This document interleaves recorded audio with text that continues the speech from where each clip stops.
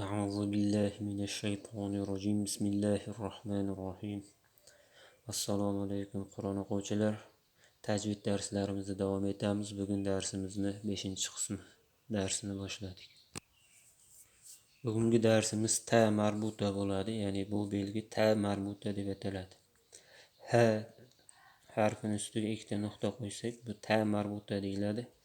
Ta marbuta so'zlarning oxirida keladi. Bu oddiy t kabi o'qiladi. Endi ta marbuta bu ayol jinsiga tegishli bo'lgan so'zlarning oxirida keladi. Ya'ni arab tilida muannas ayol jinsi va muzakkar erkak jinsidagi so'zlar bor. Shu ayol jinsini bildirish uchun muannas so'zlarni oxirida qo'yiladigan belgi bo'ladi. Bu oddiy ta kabi o'qiladi. Buni to'xtash qoidasi ham bor. Buni dars davomida o'rganamiz. Ya'ni arab tilida muannas so'zlar 3 xil bo'ladi. Ya'ni tabiatan ayol jinsiga tegishli so'zlar, ayollarning ismi yoki ayollarga tegishli narsalar va tabiatan so'zlarni ayol jinsligini bilish qiyin bo'lgan so'zlar, ya'ni ta marbuta ham qo'yilmaydi. Ya'ni ayol jinsiga tegishli ham bo'lmaydi, lekin muannas so'zlar bo'ladi. Ya'ni u so'zlarni yodlab olish kerak bo'ladi. Bu uchinchi turdagi muannas so'zlar bu ta marbuta qo'yiladi. So'zlarning oxiriga ta marbuta qo'yiladi. Bu ayol jinsiga tegishli bo'ladi. Ya'ni masalan baqara erkak jinsidagi so'zni baqara desak, ayol jinsiga o'zgartirsak baqarotun. Shunday shu shaklda, ya'ni so'zlarni ayol jinsiga muannas so'zlarga aylantiradigan belgi bo'ladi. Bu ta marbuta. Bu oddiy t kabi o'qiladi.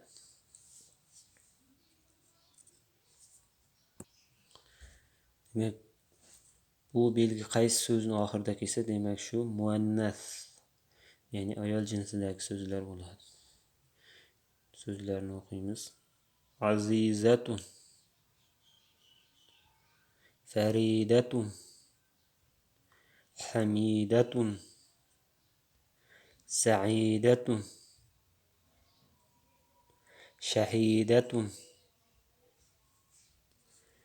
jamilatun, salimatun, sharifatun, na'imatun. Demak, ta harfi va ta marbuta so'zlar. Marrotun, marrotun. Ya'ni ikkalasi ham bir xil t tovushida o'qiladi. Karrotun, karrotun, hurrotun, hurrotun. Demak, birinchi qoidasi bu oddiy t kabi o'qiladi. Ya'ni so'zlarda vaqf qilmasdan, to'xtamasdan o'qib ketsak, bu oddiy t kabi o'qiladi.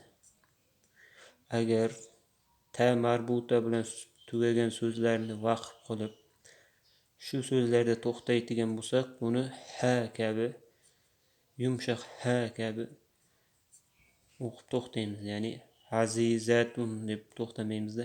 Aziza, farida, hamida, saida. Shu ha kabi o'qiymiz. Ya'ni t xususiyati yo'qoladi so'zning oxirida agar shu so'zda tugaydigan bo'lsak. Buni hozir Qur'ondan misol keltiramiz. Demak, bu joyda Balad surasidan misollar ko'ramiz. Ya'ni bu so'zda oxirida ta marbuta kelyapti.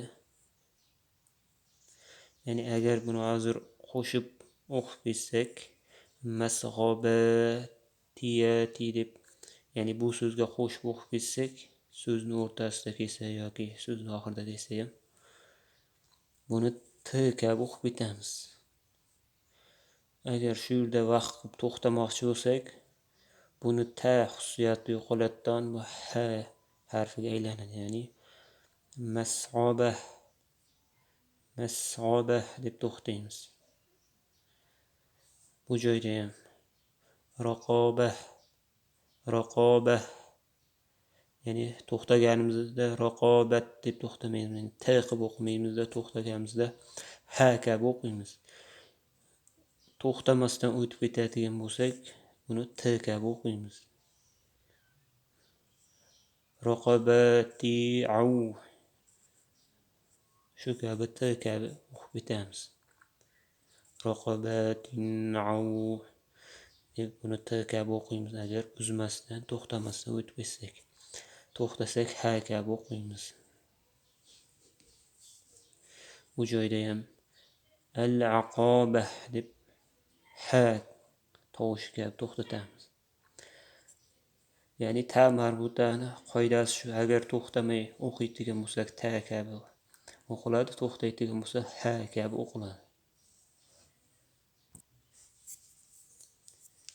Demak, yana bir o'qiymiz. Ta marbuta azizatun, to'xtamay o'qiymiz. Azizah, Farida, Hamida, Saida. Bu so'zlarda barchasida to'xtayapmiz, shuning uchun buni ha kabi o'qiymiz. Shahida, Jamila, Halima, Salima,